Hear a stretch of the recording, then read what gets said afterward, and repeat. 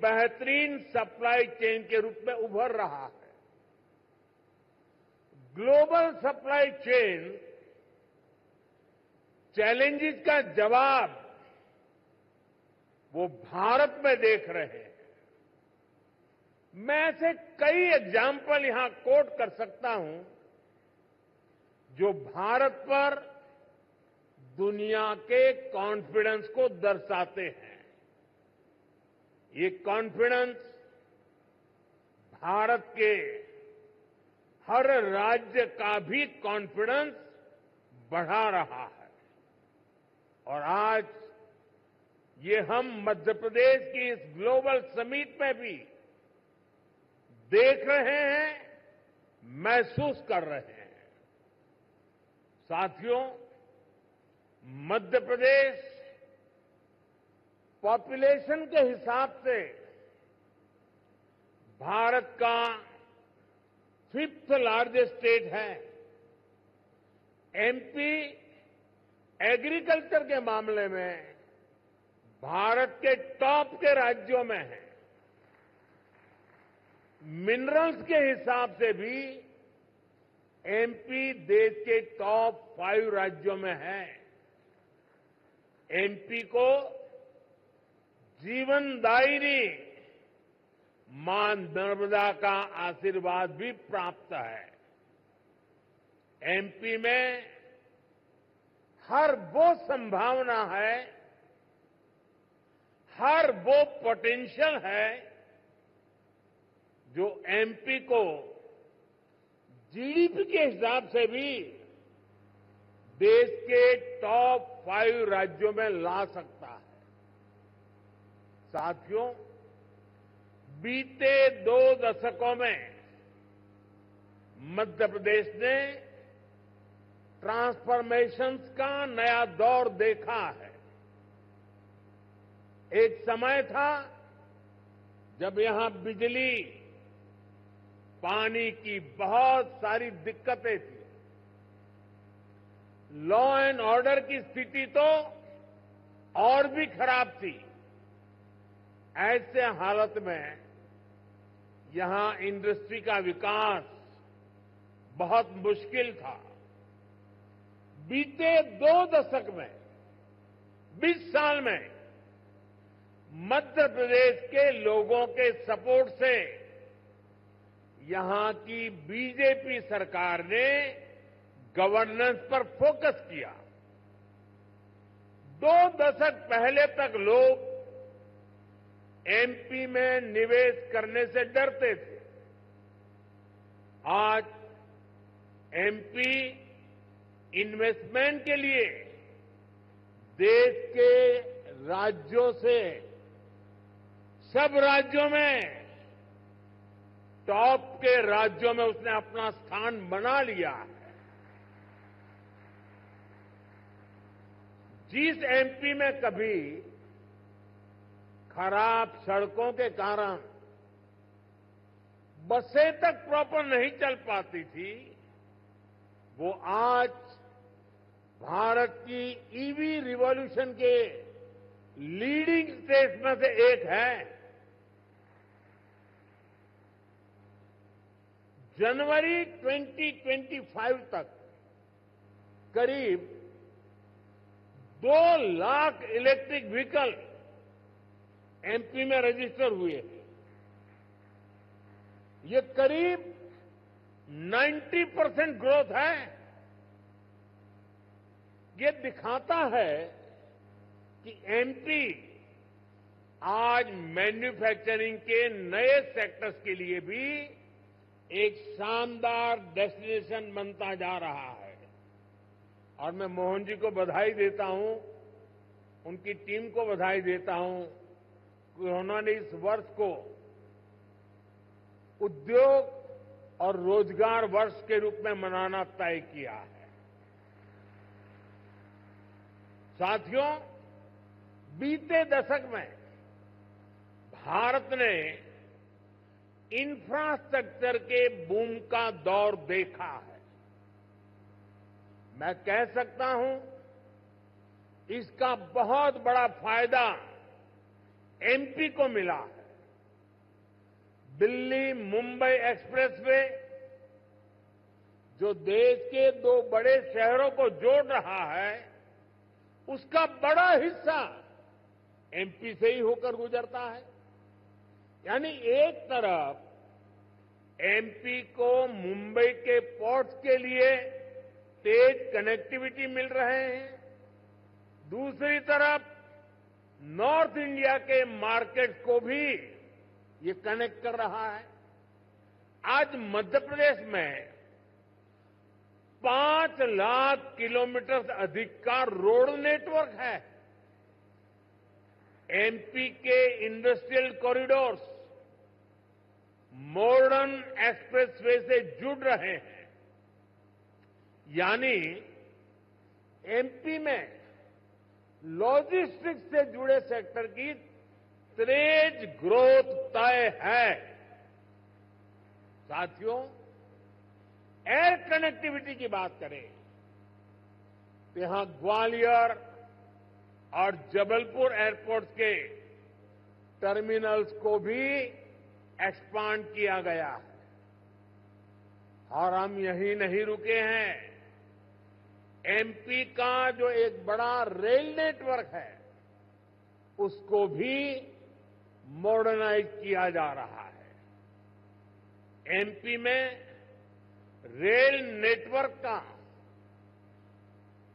100% electrification किया जा चुका है। भोपाल के रानी कमलापति रेलवे स्टेशन की तस्वीरें आज भी सबका मन मोह लेती हैं। इसी तर्ज पर एमपी के 80 रेलवे स्टेशनों को अमृत भारत स्टेशन स्कीम के तहत मॉडर्न बनाया जा रहा है। साथियों, बीता दशक भारत के लिए एनर्जी सेक्टर की अनप्रेसिडेंटेड ग्रोथ का रहा है। खासतौर पर ग्रीन एनर्जी को लेकर भारत ने वो कर दिखाया है जिसकी कल्पना तक मुश्किल थी। बीते 10 वर्षों में करीब $70 बिलियन यानी 5 ट्रिलियन रुपये से अधिक रिन्यूएबल एनर्जी सेक्टर में ही इन्वेस्ट हुआ है। इससे पिछले साल ही क्लीन एनर्जी स्पेस में 10 लाख से अधिक जॉब बनी है।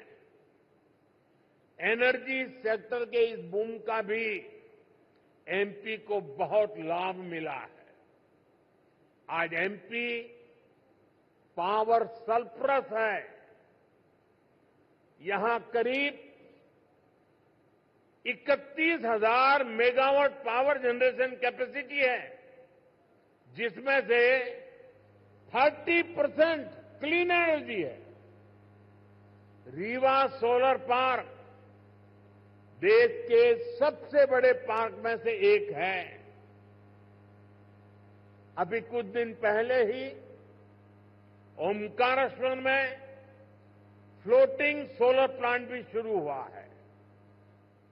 सरकार द्वारा बिना रिफाइनरी पेट्रोकेमिकल कॉम्प्लेक्स पर करीब 50,000 करोड़ रुपए का इन्वेस्टमेंट किया गया है। ये मध्य प्रदेश को पेट्रोकेमिकल्स का हब बनाने में मदद करेगा। मध्य प्रदेश का जो इंफ्रास्ट्रक्चर है, इसको एमपी सरकार आधुनिक पॉलिसीज और स्पेशल इंडस्ट्रियल इंफ्रास्ट्रक्चर से सपोर्ट कर रही है। एमपी में 300 से ज्यादा इंडस्ट्रियल जोन्स हैं। पीथमपुर, रतलाम और देवास में हजारों एकड़ के इन्वेस्टमेंट जोन्स भी डेवलप किए जा रहे हैं। यानी आप सभी इन्वेस्टर्स के लिए यहां बेहतर रिटर्न की अपार संभावनाएं हैं। साथियों, हम सभी जानते हैं कि औद्योगिक विकास के लिए वाटर सिक्योरिटी होना कितना जरूरी है। इसके लिए एक तरफ वाटर कंजर्वेशन पर बल दे रहे हैं, दूसरी तरफ हम रिवर इंटरलिंकिंग का मेगा मिशन लेकर भी आगे बढ़ रहे हैं। मध्य प्रदेश की खेती, यहां की इंडस्ट्री इसकी बहुत बड़ी बेनिफिशियरी है। हाल में ही 45,000 करोड़ रुपए के Ken Betwa river interlinking project पर काम शुरू हुआ है।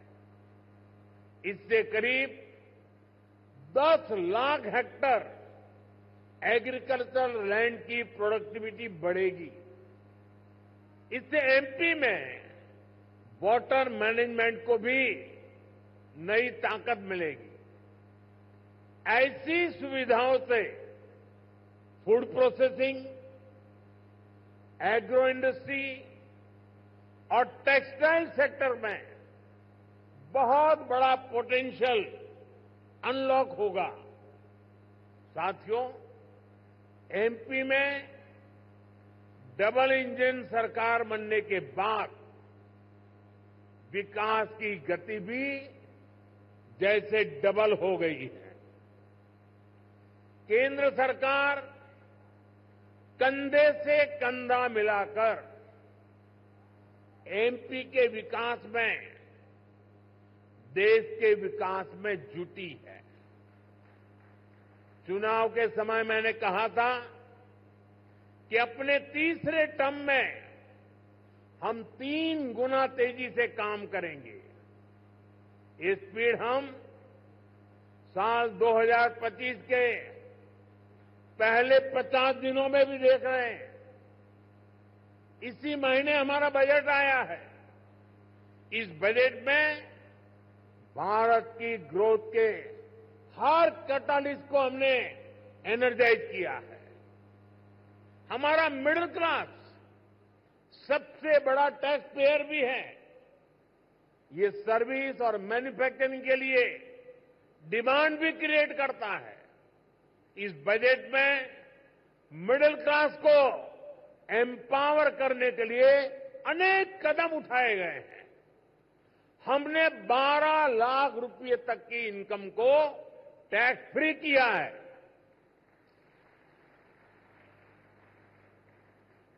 टैक्स स्लैब्स को रिस्ट्रक्चर किया है। बजट के बाद आरबीआई ने भी ब्याज दरें घटाई हैं। साथियों, बजट में लोकल सप्लाई चेन के निर्माण पर बल दिया गया है ताकि मैन्युफैक्चरिंग में हम पूरी तरह से आत्मनिर्भर हो सके। एक समय था जब एमएसएमई के सामर्थ्य को पहले की सरकारों ने सीमित करके रखा था। इसके कारण भारत में लोकल सप्लाई चेन उस लेवल पर विकसित नहीं हो पाई। आज हम प्रायोरिटी के आधार पर MSME led local supply chain का निर्माण कर रहे हैं। इसके लिए एमएसएमई की डेफिनेशन को और सुधारा गया है। एमएसएमई को क्रेडिट लिंक इंसेंटिव दिए जा रहे हैं। एक्सेस टू क्रेडिट आसान बनाया जा रहा है। वैल्यू एडिशन और एक्सपोर्ट के लिए भी सपोर्ट बढ़ाया जा गया है। साथियों, बीते एक दशक से नेशनल लेवल पर हम एक के बाद एक बड़े रिफॉर्म्स को गति दे रहे हैं। अब स्टेट और लोकल लेवल पर भी रिफॉर्म्स को एनकरेज किया जा रहा है। मैं आपके बीच स्टेट डीरेगुलेशन कमीशन की चर्चा जरूर करना चाहता हूं, जिसके विषय में बजट में बात हुई है। हम राज्यों के साथ निरंतर बातचीत कर रहे हैं। राज्यों के साथ मिलकर बीते वर्षों में हमने 40,000 से ज्यादा कंप्लायंसेस को कम किया है। बीते सालों में ऐसे 1500 कानूनों को खत्म किया गया है जो अपना महत्व खो चुके थे। हमारा मकसद यही है कि ऐसे रेगुलेशंस की पहचान हो जो ईज ऑफ डूइंग बिजनेस के रास्ते में रोड़ा है। डीरेगुलेशन कमीशन राज्यों में इन्वेस्टमेंट फ्रेंडली रेगुलेटरी इकोसिस्टम बनाने में मदद करेगा। साथियों, बजट में ही हमने बेसिक कस्टम ड्यूटी स्ट्रक्चर को भी सिंप्लीफाई किया है। इंडस्ट्री के लिए जरूरी कई इनपुट्स पर रेट्स कम किए हैं। कस्टम केसेस की असेसमेंट के लिए भी एक टाइम लिमिट तय की जा रही है। इसके अलावा नए सेक्टर्स को प्राइवेट एंटरप्रेन्योरशिप के लिए, इन्वेस्टमेंट के लिए खोलने का दौर भी जारी है। इस वर्ष हमने nuclear energy, bio manufacturing, critical minerals की प्रोसेसिंग, लिथियम बैटरी की मैन्युफैक्चरिंग, ऐसे अनेक नए एवेन्यूज इन्वेस्टमेंट के लिए ओपन किए गए हैं। ये सरकार के इंटेंट और कमिटमेंट को दिखाता है। साथियों, भारत के विकसित भविष्य में 3 सेक्टर्स की बहुत बड़ी भूमिका रहने वाली है। ये तीनों सेक्टर्स करोड़ों नई जॉब क्रिएट करने वाले हैं। ये सेक्टर्स हैं टेक्सटाइल, टूरिज्म और टेक्नोलॉजी। आप टेक्सटाइल के सेक्टर को ही देखें तो भारत कॉटन, सिल्क, पॉलिएस्टर और विस्कोस का दूसरा सबसे बड़ा प्रोड्यूसर है। भारत का टेक्सटाइल सेक्टर करोड़ों लोगों को रोजगार देता है। भारत के पास टेक्सटाइल से जुड़ी एक पूरी ट्रेडिशन भी है, स्किल भी है और एंटरप्रेन्योरशिप भी है। और मध्य प्रदेश तो एक प्रकार से भारत की कॉटन कैपिटल है। भारत की करीब 25% organic cotton supply Madhya Pradesh से ही होती है। मध्य प्रदेश मलबरी सिल्क, इसका भी देश का सबसे बड़ा प्रोड्यूसर है। यहां की चंदेरी और माहेश्वरी साड़ियां बहुत पसंद की जाती हैं। इन्हें जीआई टैग दिया जा चुका है। इस सेक्टर में आपका इन्वेस्टमेंट यहां के टेक्सटाइल को ग्लोबली अपनी छाप छोड़ने में बहुत मदद करेगा। साथियों, भारत ट्रेडिशनल टेक्सटाइल के अलावा नए एवेन्यूज भी खोज रहा है। एग्रो टेक्सटाइल, मेडिकल टेक्सटाइल और जियो टेक्सटाइल, ऐसे टेक्निकल टेक्सटाइल को हम बढ़ावा दे रहे हैं। इसके लिए नेशनल मिशन शुरू किया गया है। इसे बजट में भी हमने प्रोत्साहन दिया है। आप सभी सरकार की पीएम मित्र स्कीम से भी परिचित है। देश में टेक्सटाइल सेक्टर के लिए ही 7 बड़े टेक्सटाइल पार्क बनाए जा रहे हैं। इनमें से एक मध्य प्रदेश में भी बन रहा है। ये टेक्सटाइल सेक्टर की ग्रोथ को नई बुलंदी देने वाला है। मेरा आग्रह है कि आप टेक्सटाइल सेक्टर के लिए घोषित पीएलआई स्कीम का भी जरूर फायदा उठाएं। साथियों, टेक्सटाइल की तरह ही भारत अपने टूरिज्म सेक्टर में भी नए आयाम जोड़ रहा है। कभी एमपी टूरिज्म का एक कैंपेन होता था, एमपी अजब भी है, सबसे गजब भी है। यहां एमपी में नर्मदा जी के आसपास के स्थानों का, आदिवासी क्षेत्रों में टूरिज्म इंफ्रास्ट्रक्चर का बहुत अधिक विकास हुआ है। यहां कितने ही सारे नेशनल पार्क्स हैं। यहां हेल्थ एंड वेलनेस से जुड़े टूरिज्म के लिए भी अपार संभावनाएं हैं। हील इन इंडिया, इसका मंत्र दुनिया को पसंद आ रहा है। हेल्थ एंड वेलनेस के क्षेत्र में भी इन्वेस्टमेंट के लिए अपॉर्चुनिटीज लगातार बढ़ रही है। इसलिए हमारी सरकार इसमें पब्लिक प्राइवेट पार्टनरशिप को एनकरेज कर रही है। भारत की ट्रेडिशनल ट्रीटमेंट को, आयुष को भी बहुत बड़े लेवल पर प्रमोट किया जा रहा है। हम स्पेशल आयुष वीजा भी दे रहे हैं। इन सभी से एमपी को भी बहुत फायदा मिलने वाला है।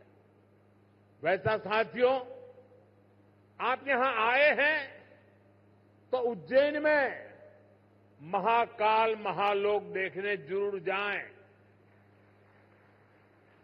आपको महाकाल का आशीर्वाद भी मिलेगा और देश टूरिज्म और हॉस्पिटैलिटी सेक्टर को कैसे एक्सपांड कर रहा है, इसका अनुभव भी मिलेगा। साथियों, मैंने लाल किले से कहा है, यही समय है, सही समय है। आपके लिए एमपी में इन्वेस्टमेंट करने और इन्वेस्टमेंट बढ़ाने का भी यही सही समय है। एक बार फिर आप सभी को बहुत बहुत शुभकामनाएं, बहुत बहुत धन्यवाद। अमर उजाला जीवांजलि के सारथी की मदद लें और महाकुंभ में स्नान जरूर करें।